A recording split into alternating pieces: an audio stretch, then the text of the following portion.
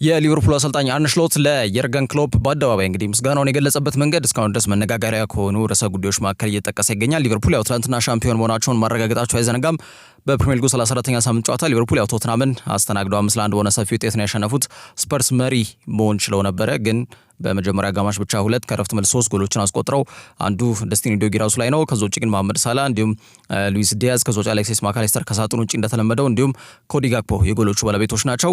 በተለይ 3 ጨዋታዎች እየቀሯቸው ነጥባቸውን 82 በማድረስ ነው እንግዲህ ሊቨርፑል ፕሪሚየር ሊጉ ማሳካታቸውን ያረጋገጡት ማለት ነውና ተወዳጁ የክለቦች ሻምፒዮን ሆነው የእንግሊዝ ፕሪሚየር ሊግ 2024-2025 የውድድር ዘመን ባሳለፍነው ነሐሴ ወር እንደጀመረ ይታወቃል። የዋንጫው ጉዳይ እንግዲህ ትላንትና ልባቱን አግኝቷል ማለት ነው። ሊቨርፑል በአዲሱ አሰልጣኝ አርነ ስሎት እየተመራ የ2024-2025 ወይም የዘንድሮን የእንግሊዝ ፕሪሚየር ሊግ ክብር ያሳካል የሚል የውድድር ዘመኑ ሲጀመር ቅድሚያ ግምትን ያገኘ ቡድን አይደለም፣ ግን አስደናቂ የሚባል የውድድር ዘመን በማሳለፍ ዋንጫውን ማሳካታቸውን አረጋግጠዋል። ፕሪሚየር ሊጉን እንግዲህ በርካታ ጊዜ በማሳካት የሚመራው ታሪካዊ ባላንጣቸው ማንቸስተር ዩናይትድ ነው። ከሱ እኩል 20 ፕሪሚየር ሊግ ክብሮችን በማሳካት ትልቅ ታሪክ ተጋርቷል። በአሁኑ ሰዓት እንግዲህ ወደ እንግሊዝ ተመርቶ ትልቁ ክለብ ማን ነው ቢባል ማንቸስተር ዩናይትድ ተብሎ የሚመለሰው መልስ ላይ አሁን እዚህ መልስ ውስጥ ስማቸውን እንዲካተት በየጊዜው የሚያስገድድ አይነት የውድድር ዘመን በማሳለፍ ዋንጫውን ማሳካታቸውን ማረጋገጥ ችሏል። በነገራችን ላይ በትላንትናው ጨዋታ ላይ መሐመድ ሳላም አንድ ጎል እንዳስቆጠረ ይታወቃልና የምንጊዜም ከፍተኛ ጎል አስቆጣሪ ተርታ ላይ 6 ደረጃ ላይ ተቀምጦ የሚገኝ ተጫዋች እንደነበር አይዘነጋም፣ ከሰርጂዮ አጉዌሮ እኩል ማለት ነው። ትላንትና አንድ ጎል ማስቆጠሩን ተከትሎ ደረጃውን ወደ 5ኛ ከፍ ማድረግ ችሏል። አሁንም ይሄ ራሱን የቻለ ትልቅ ታሪክ ነው ለመሐመድ ሳላ። ደማቅ አሻራ ትቶ ከሚያልፉ ተጫዋቾች መካከል አንዱ ነው። ያንንም ይበልጥ ደግሞ አጠናክሮ ለመቀጠል አሁንም ወርቃማ ታሪኮችን በብር የሚጽፍበት ሰፊ ጊዜ እንዳለው ይታወቃል። ለ2 ዓመት ሁሉን አድሷል። በዛ ሂደትስ ምን አይነት እንቅስቃሴዎች ይፈጠራሉ በቀጣይ የሚታየው ጉዳይ ይሆናል። ታዲያ ከሊቨርፑል እግር ኳስ ክለብ ጋር በተያያዘ ዋናው አሰልጣኝ አርነ ስሎት ማይኩን ተቀብለው እንግዲህ ትናንትና ሻምፒዮን በሆኑበት ዕለት በተለይ የርገን ክሎፕ ብለው ይበልጥ ቀድሞ ቆፍጣናው ጀርመናዊ አሰልጣኝ ያላቸውን አድናቆትም ክብርም የገለጹበት መንገድ በስፋት መነጋገር ይሆናል። እንደሚታወቀው ለ9 ዓመታት ክለቡን በአሰልጣኝነት ከቆየ በኋላ ሻምፒየንስ ሊግን ፕሪሚየር ሊግን የክለቡን ደጋፊዎች የ3 10 ዓመታት የዋንጫ ጥያቄንም ከመለሰ በኋላ የርገን ክሎፕ እንደሚታወቀው በተለይ መንበሩን የአሰልጣኝነት ሂደቱን በጣም ኢነርጂ ጨርሻለሁ፣ ጉልበት አጥሮኛል፣ የክለብ ደግሞ በጣም ጉልበት ባለው ሰው ነው መመራት መቻል ያለበት በሚል በተለይ ውጤቶቻቸውን ምንም ሳይበላሹ በጣም ደማቅ ታሪክ ጽፈው የርገን ክሎፕ በተለይ የእሳቸው አልጎራሽ እንዲሁም በማድረግ ሂደት ላይ አርነ ስሎት ይበልጥ ክለቡ ደጋፊዎች እጃቸውን ዘርግተው ነው እንደተቀበላችሁ እነሱን መቀበል መቻል ያለባችሁ፣ በዛ ሂደት ነው ክለቡ ስኬታማ መሆን የሚችለው ብለው በተለይ አርነ ስሎት እያሉ ከፍ ብለው ድምጻቸውን እያሰሙ ማለት ነው አቀባበል እንዳደረጉላቸው የሚታወቅ ጉዳይ ነው። ያንን ነገር እንግዲህ ምላሽ ሰጥተውበታል ማለት ነው። አርነ ስሎት በራሱ ሰዓት በተለይ ሊጉ እንዳሳኩ ካረጋገጠ በኋላ ደግሞ የርገን ክሎፕ በማለት አድናቆቱ እንዲሁም ምስጋናውን በአደባባይ የገለጸበት መንገድ በስፋት እስካሁን ድረስ መነጋገሪያ ከሆኑ ርዕሰ ጉዳዮች መካከል ይጠቀሳል። ከዛ ውጪ መድፈኞቹ አርሰናሎች ፊታቸውን ወደ ክሪስቶፈር ንኩንኩ አዙረዋል የሚሉ መረጃዎች እየወጡ ነው የሚገኙት። እንግዲህ የክለቡ ቼልሲ የመሰለፍ እድልን ማግኘት በጣም ብርቅ እየሆነበት የመጣው የተለይ ደግሞ ክሪስቶፈር ንኩንኩ ማለት ነው በለንደን ጸንቶ የመቆየት ሁኔታ አሁን ጥያቄ ውስጥ ወድቋል ተብሏል። ተጫዋቹ ለማስፈረም ደግሞ ፍላጎት ካሳዩ ክለቦች መካከል አርሰናል አንዱ ነው ተብሏል። ያው እንግዲህ ሁለቱ የለንደን ከተማ ክለቦች በተጫዋቹ የዝውውር ጉዳይ ላይ በስፋት ስራዎች እንደሰሩ ይታወቃል።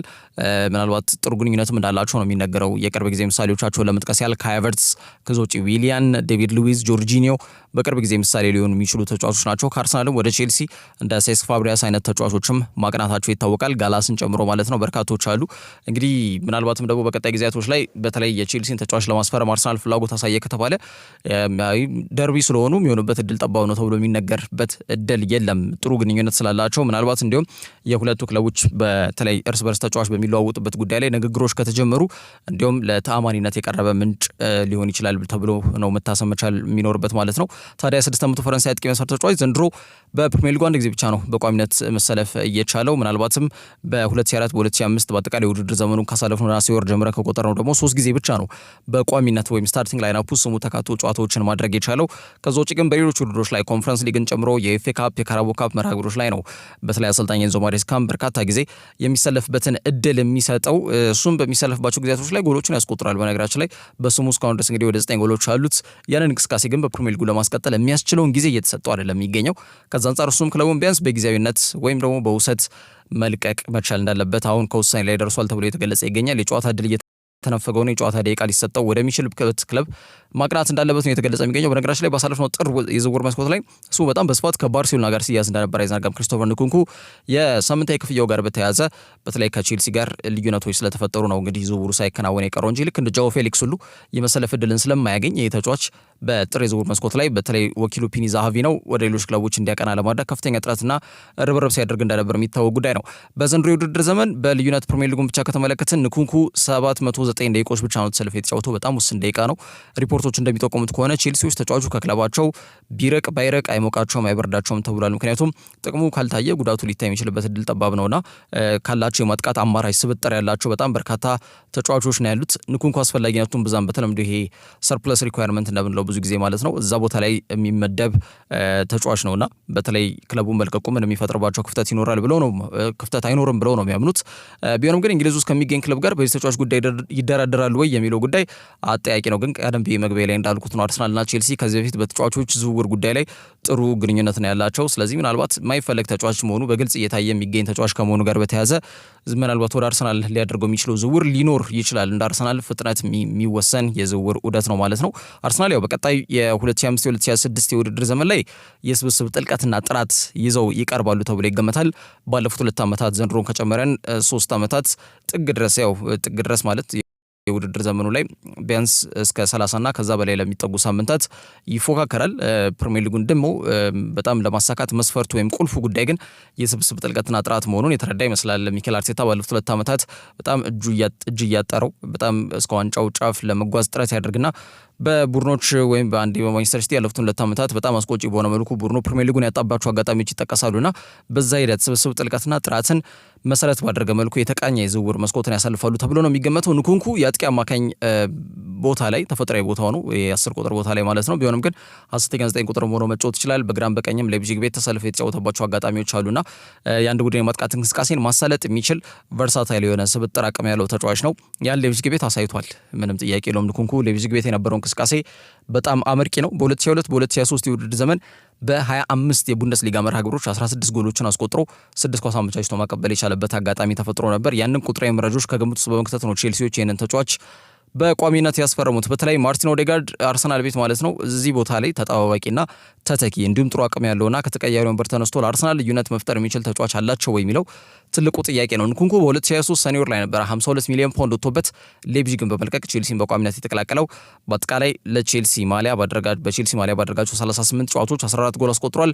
5 ኳስ አመቻችቶ ማቀበል የቻለበት አጋጣሚ ያለ ማለት ነው። አርሰናሎች በቀጣይ ንኩንኩ ላይ ያላቸውን ፍላጎት እውነት መሬት ላይ በመውረድ ጠንከር ያለ ጥያቄዎችን ያቀርባሉ ወይ የሚለው ጉዳይ በቀጣይ የሚታይ ነው። ከዛ ውጪ ማንቸስተር ዩናይትዶች አሌክስ ባይናን ለማስፈረም የሚደረገውን ፉክክር ተቀላቅለዋል ተብሏል። እንግዲህ ቪላሪያሉ ሁለገብ ተመላላሽ በተለይ የአማካይ መስመር ተጫዋች ነው። የአጥቂ አማካይ ቦታ ላይ የሚሰለፍ ተጫዋች እንደሆነ ይታወቃልና ተጫዋቹ ዘንድሮ ከቢጫ ሰርጓጆች ጋር ጥሩ የሚባል ጊዜን እያሳለፈ ይገኛል። በግሉ በተለይ ዘንድሮ ከሚያሳየው እንቅስቃሴን ተከትሎ በአሰልጣኝ ሉዊስ ዴላ ፉዌንቴ አማካኝነት ለላፉሪያ ሮሃዎቹ የስፔን ብሔራዊ ቡድን የኔሽንስ ሊግ የሩብ ፍጻሜ ጨዋታዎች ላይ ጥሪ ቀርቦለት እንደነበር ይታወቃል። ተጫዋቹ ከነበረው የክለብ ፉትቦልና በተለይ በቪላሪያል ከሚያሳያቸው እንቅስቃሴዎች ጋር በተያያዘ ማለት ነው ዘንድሮ በላሊጋው በተሰለፈባቸው 27 ጨዋታዎች 6 ጎል አስቆጥሯል።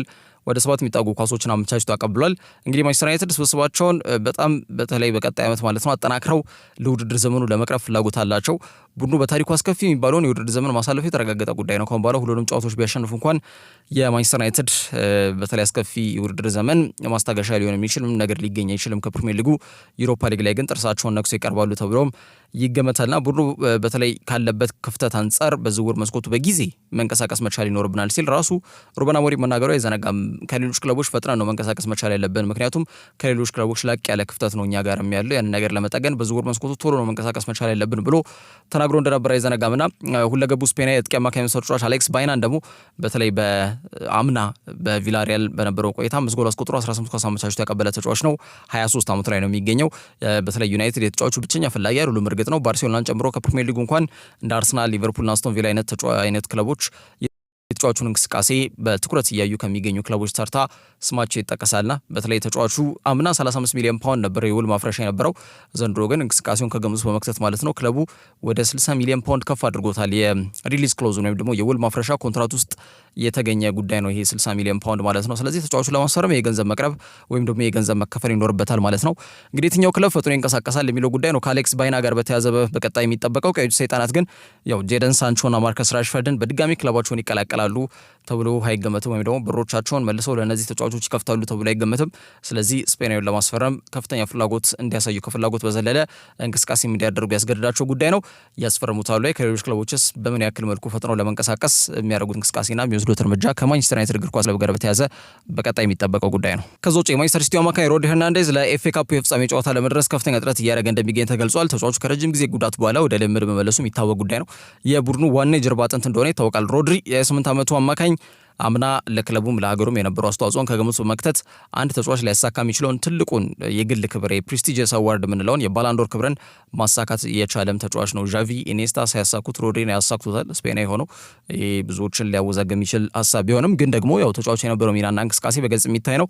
እንደሚታወቀው ባሳለፍነው መስከረም ወር ላይ ነበረ እንግዲህ ተጫዋቹ የጉልበት ጅማት ተላቆ ወይም በተለምዶ ለተጫዋቾች በጣም ቅዠት እየተባለ የሚጠራው የኤሲኤል ጉዳት አጋጥሞት ከውድድር ዘመኑ ውጪ እንደሆነ የተገለጸው ግን አሁን ወደ 4 የሚቀሩ ጨዋታዎች ናቸው ያሉት በእንግሊዝ ፕሪሚየር ሊግ ማለት ነውና ምናልባትም የመጨረሻው ሳምንት ላይ ወደ ሜዳ መመለስ የሚያስችለው ሁኔታ ላይ ሊገኝ ይችላል ተብሏል። ሮድሪ ያ ብቻም አይደለም የፕሪሚየር ሊጉ ጉዳይ ብዙ ያጣደፈውም ግን ኤፍኤ ካፕ የፍጻሜ ጨዋታ ግን ከክሪስታል ፓላስ ጋር ነው የሚገናኙት። እንደሚታወቀው ሲቲዎች በተለይ ከ34 ዓመታት በኋላ ግማሽ ፍጻሜ ላይ በቁትን ኖቲንጋም ፎረስቶችን ከውድድሩ እንዳሰናበቷቸው ይታወቃል። በትላንትናው ዕለት 2-0 በሆነ ውጤት በማሸነፍ ማለት ነው። እንደሚታወቀው ማንቸስተር ሲቲ 12 ጊዜ የኤፍኤ ካፕ የፍጻሜ ቦታ ላይ ደርሰው 8ቱን አሸንፏል። ታዲያ ለ9ኛ ጊዜ በዚህ ዓመት የኤፍኤ ካፕ ክብርን ያሳካሉ ወይ? የውድድር ዘመኑን ለማስታገስ ቢያንስ ኬዲቢ የሚሸኝበት የውድድር ዘመን ከመሆኑ ጋር በተያያዘ ይበልጥ ይህንን ዋንጫ ለማሳካት ከፍተኛ ጥረት ማድረጋቸው ማይቀር ጉዳይ ነው። በዛ ሂደት ደግሞ ቢያንስ ሮድሪ ሄርናንዴዝ በፍጻሜው ጨዋታ ላይ ለመብቃትና ለመድረስ ጥረት እንደሚያደርግ ነው የተገለጸ የሚገኘው። ተጫዋቹ በዚህ የውድድር ዘመን ከሜዳ መራቁን ተከትሎ ሲቲ ባለፉት ዓመታት ሲያሳዩ የነበሩትን ኃያልነት በዚህ ዓመት ማሳየት ተስኗቸው የሻምፒየንስ ሊግ ቦታን ይዞ እንኳን ለማጠናቀቅ በአሁኑ ሰዓት በፕሪሚየር ሊጉ ከፍተኛ በሆነ መልኩ ጥረትና ፉክክር እያደረጉ ይገኛሉ። ሲቲ በተለይ ቀደም ብዬ እንዳልኩት ፎረስትን በኤፍኤ ካፕ ረትተዋል። በፍጻሜው ከፓላስ ጋር ነው የሚገናኙት ዌምብሌይ ላይ። ፓላስ ትሪኪ ኦፖነንት ነው ለማንቸስተር ሲቲ። ባለፉት ጥቂት ጊዜያቶች ላይ እጅ ለመስጠት ብቻ አይደለም ማንቸስተር ሲቲን በማሸነፍ ጭምር በተደጋጋሚ ውጤቶችን እያስመዘገበ የሚገኝ ቡድን ነውና በፍጻሜ ጨዋታ እንደመሆኑ መጠን ደግሞ በጣም ጠንካራ ተጋጣሚ ሆኖ ሊቀር የሚችልበት እድል ሰፊ ነው። ሲቲ ሙሉ ስብስቡን ይፈልጋል በዚህ መርሃ ግብር ላይና ምናልባትም የፊታችን ሰኔ ወርም ክለቡ ከሚሳተፍበት የክለቦች ዓለም ዋንጫ በፊት ነው እንግዲህ የኤፍኤ ካፕ የፍጻሜ ጨዋታ የሚደረገውና ሮድሪ ለዚህ ጨዋታ ለመድረስ ከፍተኛ ጥረት ያደርጋል ተብሎ የተገለጸ ነው የሚገኘው። ካልደረሰ ግን ቢያንስ ለክለቦች ዓለም ዋንጫ ላይ ለሲቲ ግልጋሎትን ይሰጣል ተብሎም ይገመታል። ከዛ ውጪ ናራዙሪዎቹ ኢንተር ሚላኖች የአሰልጣኝ ሲሞኔ ኢንዛጊን ውልን ለማደስ እንቅስቃሴ ጀምረዋል ተብሏል። እንግዲህ ናራዙሪዎቹ ያው የአሰልጣኛቸው ሲሞኔ ኢንዛጊን ውል ለማደስ ከፍተኛ ፍላጎት አላቸው። ከፍላጎትን በዘለለ ኮንትራት አቅርበው የአሰልጣኙ ምላሽ እየተጠባበቁ ይገኛሉ ተብሏል። ቡድኑ ያው የሶስትዮሽ ዋንጫ እየተንደረደረ ነበረ፣ ከአንዱ ወጥቷል። በአንዱ ደግሞ በጣም መደነቃቀፎች እያጋጠሙት ይገኛሉ። ከሰሞኑ እንደሚታወቀው ገና ካሳለፍነው ይሄ 2 ሳምንት ለሚላን መርሳት የሚፈልጉት ሳምንት ሆኖ እያለፈ ይገኛል። እንደሚታወቀው ቦሎኛ ተሸነፉ። 94ኛው ደቂቃ ላይ ኦርሶሊኒ ባስቆጠረው ጎል ማለት ነው። በጣሊያን ሴሪያ ላይ እንቅፋት ያጋጠማቸው ጉዳይ አለ። ከዛ በኋላ በቀጣይ ሳምንት ደግሞ በኮፓ ኢታሊያው በደርቢ ዴል ማዶኒና በከተማ ተቀናቃኛቸውና ባላንጣቸው በሮሳኔሪዎቹ በኤሲ ሚላኖች ከውድድሩ መሰናበታቸው የሚታወቅ ጉዳይ ነው። እንዲሁም ደግሞ አሁን በጣሊያን ሴሪያ ከፍተኛ በሆነ መልኩ ስኩዴቶን በድጋሚ ለማሳካት ፉክክር ውስጥ እያለ የሚገኝ ቡድን ነውና ትናንትና በሮማ 1-0 በሆነ ጠባብ ውጤት በሜዳቸው ሳንሲሮ ላይ ሽንፈት አጋጥሞታል የአሰልጣኝ ሲሞኔ ኢንዛጊ ቡድንና የቡድኑ ሰሞነኛ እንቅስቃሴ ወይም ሰሞነኛ ውጤት ጦት እየተንጸባረቀባቸው ቢገኝም የኢንተር ሚላን የማኔጅመንት ክፍል የጨዋታዎች መደራረብና ድካም ስብስቡ ላይ የፈጠረው ጉዳይ እንጂ አሰልጣኙ ክፍተት እንዳልሆነ ነው የሚገምቱትም ያምኑትም ማለት ነውና የጋዜጣ ዴሎ ስፖርት ጋዜጠኛ ነው ፊሊፕ ኮንቲሴሎ እንደዘገበው ከሆነ ኢንተሮች ለአሰልጣኝ ኢንዛጊ እስከ 2027 ቡድኑን እያሰለጠነ እንዲቆይ የሚያስችለውን ኮንትራት አቅርበው ምላሽ እየተጠባበቁ ይገኛሉ ሲል ዘግቧል። እንግዲህ የቀድሞ ላዚዮ አሰልጣኝ ነው። ከዛም በፊት እግር ኳስ ተጫዋች እንደነበር ይታወቃል። ሲሞኔ ኢንዛጊ ኢንተር ሚላንን በአሰልጣኝነት ከተረከበ በኋላ በጣም አስደናቂና አውሮፓ ውስጥ ከሚገኙ በጣም ሀያል ቡድኖች ተርታ ኢንተር ሚላን እንዲሰለፍ አስችሎታል። ቡድኑ ቀደም ብዬ እንዳልኩት ነው አምና የስኩዴቶን ክብር አሳክቷል። ይህ የሚረሳ ጉዳይ አይደለም። ዘንድሮ በድጋሚ ለማሳካት አሁንም ቢሆን ከባድ ፉክክር ላይ ነው ያለው። ያው ናፖሊ የትላንትናውን የኢንተርን ሽንፈት በሚገባ በመጠቀም ቶሪኖን 2-0 አሸንፈዋል። በስኮት ማክቶሚኔ 2 ጎሎች ማለት ነው። ስለዚህ ነጥባቸውን ወደ 74 ከፍ አድርጓል። ሚላን በ71 ነጥብ ይከተላል፣ በ3 ነጥብ ዝቅ ብሎ አሁንም ከስኩዴቶ የዋንጫ ፉክክር ርቋል ተብሎ የሚነሳበት ሁኔታ ላይ አይደለም የሚገኙት። የሚገኙት። ኢንዛጊ ከጆዜ ሞሪኒዮ በኋላ የአውሮፓ ሻምፒየንስ ሊግን በኢንተር ሚላን ቤት ለማሳካትም ከጫፍ የደረሰ አሰልጣኝ ነው። ከአንድ ዓመት በፊት እንደምናስታውሰው አታቱርክ ላይ በተለይ ቡድኑ የሻምፒየንስ ሊግ የፍጻሜ ተፋላሚ እንዲሆን አስችሎ በማንቸስተር ሲቲ በጠባብ ውጤት 1-0 ተሸንፈው ዋንጫው እንዳጡት ይታወቃል። ዘንድሮም ቡድኑ የግማሽ ፍጻሜ ተፋላሚ ነው። በነገራችን ላይ በተለይ ከነገ በስቲያ ከባርሴሎና ጋር በግማሽ ፍጻሜ የሚገናኝ ይሆናል። ኢንዛጊ አሁን ያለው ውሉ በ2026 ነው የሚጠናቀቀው። በአዲሱ ኮንትራቱ ግን እስከ 2027 ኢንተርን በአሰልጣኝነት እንዲመራ ያስችለዋልና የኢንተሮችን ጥያቄ ይቀበላል ወይ የሚለው ጉዳይ ከሲሞኔ ኢንዛጊ ጋር በተያያዘ በቀጣይ የሚጠበቀው ጉዳይ ነው። ከዛ ውጭ ማንቸስተር ሲቲዎች ከፍሎሪያን ቪርትስ ይልቅ ሞርጋን ጊብስ ዋይትን በመጪው ክረምት የዝውውር መስኮት ላይ ለማስፈረም ጥረት እንደሚያደርጉ የሚጠቁሙ መረጃዎች እየወጡ ይገኛሉ። እንግዲህ አሰልጣኝ ፔፕ ጋርዲዮላ በቡድኑ እንግዲህ ያሉትን 10 ዓመታት የስኬታቸው ዋና ተዋናይ የሆነው የአማካይ መስመር ተጫዋቹ ኬቪን ዲብሮይነ ከክለቡ ጋር እንደሚለያይ ይፋ ማድረጉን ተከትሎ ክለቡ ከወዲሁ የሱን ቦታ ለመተካት የሱን ተተኪ ለማግኘት ከተለያዩ ተጫዋቾች ጋር እንግዲህ ንግግሮችን እያደረገና ስማቸው እየተያዘ ይገኛል። የኬዲቢ አልጋ ወራሽን ፈልጎ ማግኘት ትንሽ አስቸጋሪ ነው፣ ግን እንደ በተለይ ምናልባት ከሱ እንቅስቃሴ ጋር ተቀራራቢ ሊሆን የሚችል አቅም ያለው ተጫዋች ግን ለማስፈረም ጥረት እያደረጉ ነው የሚገኙት።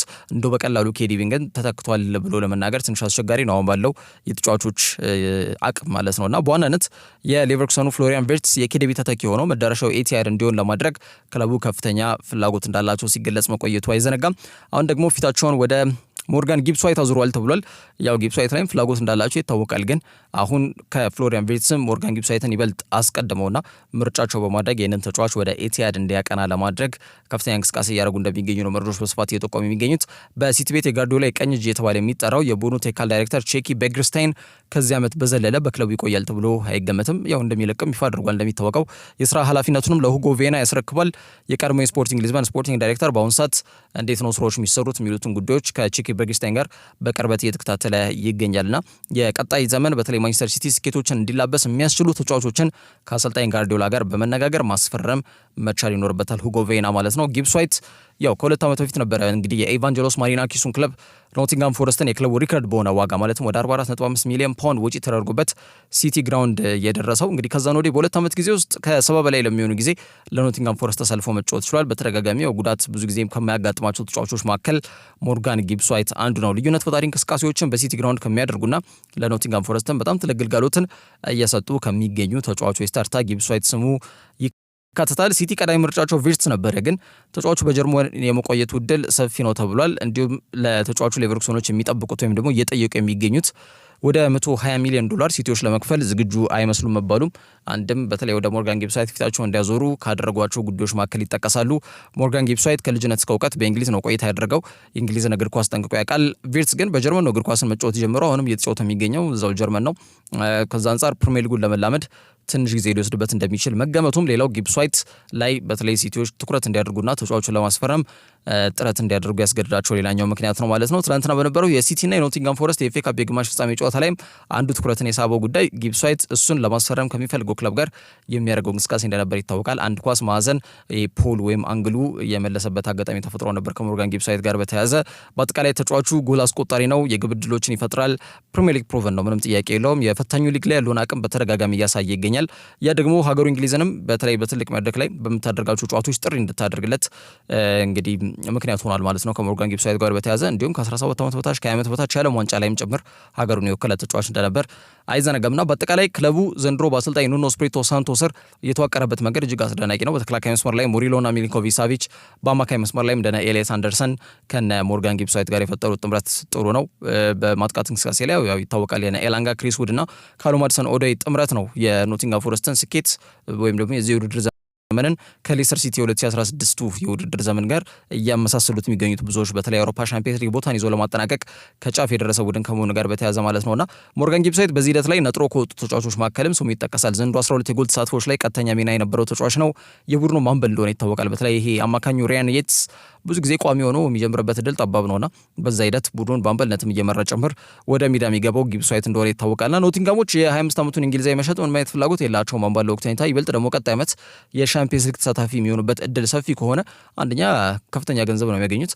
ስለዚህ የገንዘብ ችግር እስከሌለባቸው ድረስ ስብስቡን ለማጠናከር ጥረት እንደማድረግ ወሳኝ ተጫዋቾቻቸውን የመሸጥ ፍላጎት ይኖራቸዋል ተብሎ አይገምትም። ክረምት ላይ ግን ሲቲ ጫን ብሎ የሚመጣ ከሆነ እንዲሁም ተጫዋቹም ክለቡን የመልቀቅና አዲስ ጅማሮን የመጀመር ፍላጎት እንዳለው አይነት ጉዳዮች ከተንጸባረቁ ግን ለተጫዋቹ ቢያንስ እስከ 70 ሚሊዮን ፓውንድ ሊጠይቁ እንደሚችሉ HITC ዘግቧል። እንግዲህ ከሁለት ዓመት በፊት ከከፈሉት 44 ሚሊዮን ፓውንድ ቢያንስ ወደ 20 ወይም ወደ 25 ሚሊዮን ፓውንድ ለማትረፍ አቅድ እንዳላቸው ነው የተገለጸ የሚገኘው። ማንቸስተር ሲቲዎች መቼስ $120 ሚሊዮን ከመክፈል 70 ሚሊዮን ፓውንድ መክፈል የተሻለ ነው አንጻራዊ በሆነ መልኩና ምናልባት ይህንን ዝውውር ፕራዮሪታይዝ ወይም ደግሞ ቅድሚያ የሰጡት ጉዳይ ስለመሆኑ በስፋት እየተገለጸ ይገኛል። በክረምቱ ይሄ ተጫዋች ጸንቶ ይቆያል ወይስ ወደ ሲቲ ያቀናል? በጣም ከሚጠበቁ ጉዳዮች መካከል አንዱና ዋነኛው ነው። ከዛ ውጪ ቪስ ቢሱማ በመጪው ክረምት ወር ከቶትናም ጋር እንደሚለይ እየተገለጸ ይገኛል። የ28 ዓመቱ የማሊ ዜግነት ያለው የአማካይ መስመር ተጫዋቹ ቪስ ቢሱማ በተለይ ሳቢሶቹ ብራይተኖችን ለቆ እንግዲህ ቶትናም ከተቀላቀለ ወዲህ በጣም ጠቃሚ የሆነ ተጫዋች መሆኑን በተደጋጋሚ ያሳየባቸው ጊዜያቶች አሉ። ግን ያው በዚህ ዓመት ከቡድኑ ደካማ እንቅስቃሴ ጋር አብሮ የደከመ ወይም ደግሞ አብሮ አቋሙ የዋዠቀ ተጫዋች ሆኖ እየታየ ይገኛል። የተደራራቢ ጉዳቶች ማስተናገዱም ሌላው በጣም አቋሙ ላይ አሉታዊ አስተዋጽኦ ካሳደሩበት ጉዳዮች መካከል ይጠቀሳሉ። ከቪስ ቢሱማ ጋር በተያያዘ ከቡድኑ ደካማ እንቅስቃሴ ጋር አብሮ የወረደ ተጫዋች ሆኖ እየታየ ይገኛል። ክለቡ በአጠቃላይ መርሳት የሚፈልገው አይነት እጅግ ደካማ የውድድር ዘመን ነው እያሳለፉ የሚገኙት።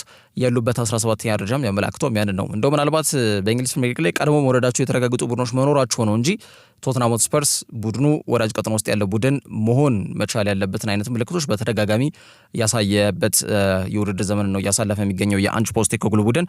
ታዲያ በቀጣይ ዓመት ቡድኑ በሚኖረው የተጫዋቾች ስብስብ ላይ ብዙ ለውጦች እንደሚኖሩ ይገመታል። ታዲያ በዚህ ሂደት በቀጣይ ዓመት በስፐርስ ቦታ ከማይኖራቸው ተጫዋቾች መካከል አንዱ ቪስ ቢሱማ ስለመሆኑም እንግዲህ ከአውት ኦፍ ሳይድ አረጋግጫለሁ ብሎ ይዞት የወጣው መረጃ ያመላክታል። በርካታ ምንጮች ከወዲሁ የተጫዋቹ ወኪል ከሌሎች ክለቦች ጋርም ንግግር መጀመሩን ነው እየዘገቡ የሚገኙት። ከወደ ስፔን፣ ከወደ ጣሊያን እንዲሁም ደግሞ የሳውዲ ክለቦችም ተጫዋቹን ለማስፈረም ንግግሮችን ጀምሯል ተብሏል። ተጫዋቹ እንግዲህ አቅሙን መልሶ ለማግኘት አዲስ ጅማሮ መጀመር ይፈልጋል የሚሉ ሀሳቦች አሉ። ስለዚህ ስፐርስ ያው የአማካኝ ክፍላቸውን ማጠናክሮ ለመቅረብ በቢሱማ ምትክ ማንን ያስፈርማሉ የሚለው ጉዳይ በቀጣይ የሚታይ ነው የሚሆነው። ይሄ ማሊያዊ የ28 ዓመት የአማካኝ መስመር ተጫዋች ቪስ ቢሱማ ግን በዚህ ክረምት ከሰሜን ለንደኑ ክለብ ቶትናም ሆትስፐርስ ጋር በይፋ የሚለያይ ተጫዋች ስለመሆኑ በተረጋገጠ ደረጃ እየተዘገበ ይገኛል። ከዛ ውጪ ካርሎ አንቸሎቲና ፍሎሬንቲኖ ፔሬዝ እንግዲህ በተለይ ደግሞ ከሪያል ማድሪድ ጋር በሚለያይበት ሁኔታ ላይ እንግዲህ ለመነጋገር ቀጠሮ ስለሚያዘ ቸው የተገለጸ ይገኛል። እንግዲህ ኤስፔንን ጨምሮ በርካቶች እየዘገቡት ይገኛሉ። እንግዲህ ካርሎ አንቸሎቲ ከሪያል ማድሪድ ጋር የሚለያዩበት እድል በጣም የሰፋ ስለመሆኑ እየተገለጸ የሚገኘው ማለት ነው። ምናልባትም ደግሞ ካርሊቶ ያው እንደሚታወቀው በአሰልጣኝነት ሂደት በአምስቱ ታላላቅ እየተባሉ በሚጠሩት የአውሮፓ ሊጎች ውስጥ ዶሜስቲክሊ የውስጡን የአገር ሊግ እንግዲህ ዋንጫ በማሳካት በአምስቱም ሊጎች ማለት ነው ቀዳሚው አሰልጣኝ እንደሆነ ይታወቃል። ካርሎ አንቸሎቲ በአውሮፓ ሻምፒየንስ ሊግም በርካታ ጨዋታዎችን ያሸነፈ አሰልጣኝ ነው። በሪያል ማድሪድም በነበሩት ሁለት የተለያዩ ጊዜያቶች ላይ በቤርናቦ ጥሩ ቆይታ ነበረው። 3 ሻምፒየንስ ሊግና 2 የላሊጋ ክብሮችን ማሳካት ችሏል ካርሎ አንቸሎቲና በጣም ስኬታማ ከሚባሉ አሰልጣኞች መካከል ስሙ ይጠቀሳል። ግን በማድሪድ ቤት ያው ሁሌም ቢሆን ስኬት፣ ዝና፣ ስም፣ ታሪክ ዋጋ የላቸውም። ሁሌም ቢሆን በየጊዜው ዴሊቨር ማድረግን ይጠይቃል። በየጊዜው ዋንጫዎችን ማሳካት ይጠይቃል። በሪያል ማድሪድ ቤት ያው ደጋፊዎቹ ያንን ነገር ነው የሚጠብቁት። ያ ትልቁ እንቅፋት ሆኖበታል እንግዲህ ለካርሎ አንቸሎቲ። አምና ላሊጋንና ሻምፒየንስ ሊግን አሳክቷል። ዘንድሮስ ምንም ባያሳካ ምድሮ ችግሩ ሌሎች ክለቦች ላይ ምንም ሊባል ይችላል። ማድሪድ ላይ ግን ችግር አለው። ሁሌ ዋንጫ ይጠይቃል፣ ሁሌ ዋንጫ ይጠበቃል። በዛ ላይ በጣም ሂዩሚሌሽን የተሞላበት ወይም ደግሞ ክለቡን የማይመጥን አይነት ሽንፈቶችን እየተሸነፈ መምጣቱ ነው በጣም በስፋት ወንበሩ እንዲነቃነቅ ያደረገበት ዶን ካርሎ አንቸሎቲ ማለት ነው። ጣሊያን አሰልጣኝ በባርሴሎና በተለይ ደግሞ በኮፓ ዴል ሬይ በኤክስትራ ታይም ለ2 ሰዓት በቆየው ፍልሚያ 3-2 በውጤት መሸነፉ አይዘነጋም። ከዛም በፊት በአውሮፓ ሻምፒየንስ ሊግ በአርሰናል በተለይ ደግሞ በድምር ውጤት 5-1 በሆነ ሰፊ ውጤት ሽንፈት እንግዲህ እንዳጋጠመው ይታወቃል ሪያል ማድሪድ ማለት ነውና በላሊጋውም በጣም ወጣ ገባ እንቅስቃሴ ነው የሚያሳየው። በወራጅ ቀጠና በሆኑ ቡድኖች ነጥብ መጣልና ተያያዥ ጉዳዮች ሌላውን ሲንጸባረቅ በት የነበረው ጉዳይ ነው። በ4 ነጥብ ዝቅ ብሎም ባርሴሎናን እየተከተለ ይገኛል። ይህ ሁሉ ነገሮች ተደራርበው ካርሎ አንቸሎቲ ላይ ጫናዎችን የፈጠሩ ጉዳዮች ናቸውና ፍሎሬንቲኖ ፔሬዝ እንግዲህ ከክለቡ ፕሬዚዳንት ከካርሎ አንቸሎቲ ጋር ለመነጋገር ቀጠሮ ይዘዋል ተብሏል። የሚነጋገሩበት ጉዳይ ደግሞ ግልጽና ግልጽ ነው። ከክለቡ ጋር እንዴት መለያየት የሚችልበትን ሁኔታ መዘርጋት ነው እንግዲህ ሰላማዊ በሆነ መልኩ ማለት ነውና የዘንድሮ የውድድር ዘመን የመጨረሻው መርሃ ግብር በስፔን ላሊጋ ከሪያል ሶሲዳድ ጋር ነው ጨዋታቸውን የሚያደርጉት ሪያል ማድሪዶች። ያን ጨዋታ ካደረገ በኋላ ዶን ካርሎ አንቸሎቲ በይፋ ከሪያል ማድሪድ ጋር ይለያያል ተብሎ ነው የሚገመተው። ይሄ በጣም በስፋት እየተነሳ የሚገኝ ርዕሰ ጉዳይ ነው። ምናልባት ማርካም ብቻ ካልሆነ በስተቀር በርካቶች እየዘገቡት ይገኛሉ።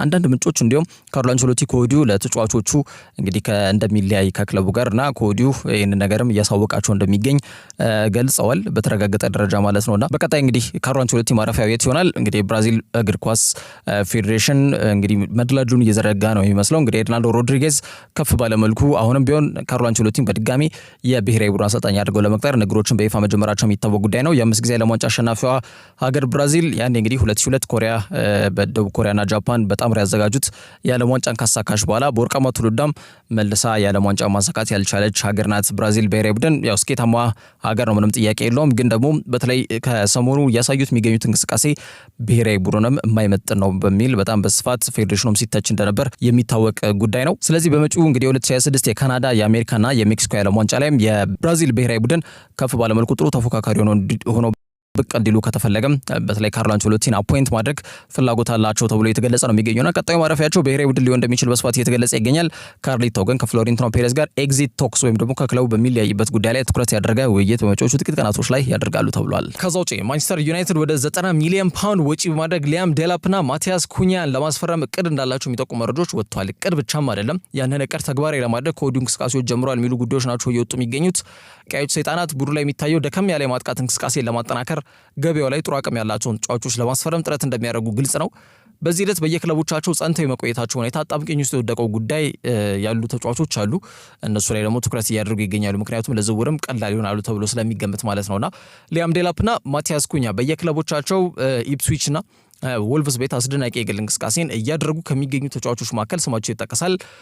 ግን ከዚህ ዓመት በዘለለ በየክለቦቻቸው የመቆየታቸው ሁኔታ በጣም አጣብቂኝ ውስጥ የወደቀ ጉዳይ ስለመሆኑ እየተገለጸ የሚገኘው። ይህ በእንዲህ እንዳለ ደግሞ ሊያም ዴላፕ በጣም ባርጌን በሆነ ዋጋ ወይም ኢፕስዊች በመጡበት ዓመት ወደ ታችኛው ፕሪሚየር ሊግ መውረዳቸው በተረጋገጠበት ሰዓት ላይ የሊያም ዴላፕ የዝውውር ዋጋና ሂሳብ 30 ሚሊዮን ፓውንድ ብቻ ነው የሚሆነው። ይሄ ደግሞ ቀደም ብዬ እንዳልኩት ከተጫዋቹ አቅም ከተጫዋቹ ክህሎት አንጻር በጣም ባርጌን ነው፣ ኪስ የማይጎዳ ግን ደግሞ በጣም ሊገኝ የሚችል ጥሩ ክህሎትና አቅም ያለው ተጫዋች ከመሆኑ ጋር በተያያዘ ዩናይትዶች ትኩረት አድርገው ተጫዋቾችን ለማስፈረም ከቼልሲ ጋር በጣም ከፍተኛ ፉክክር እያደረጉ ይገኛሉ። 22 ዓመት ላይ ነው የሚገኘው የእንግሊዛዊ ዴላፕ በፕሪሚየር ሊግ እስካሁን ባደረጋቸው ወደ 27 ጨዋታዎች የትላንቱን ሳይጨምር 10 ጎል አስቆጥሮ 2 ኳስ አመቻችቶ አቀብሏል። የትላንቱን ሳይጨምር ያልኩት ኳስና መረብን አላገናኘም ወይም አመቻችቶም አላቀበለም፣ ግን የጨዋታ ቁጥሩን ለማለት ፈልጌ ነውና ዩናይትድ በሆይላንድ እንዲሁም ደግሞ በዮሹዋ ዚርክዜ በጋርናቾ የሚመራው የቡድን የማጥቃት እንቅስቃሴ ላይ ትልቅ ጥያቄ ምልክት እየተነሳበት ይገኛል። እንደ ራሽፈርድ፣ ጄደን ሳንቾ፣ አንቶኒ አይነት ተጫዋቾች በሌሎች ክለቦች በውሰት ቆይታን እያደረጉ ይገኛሉ።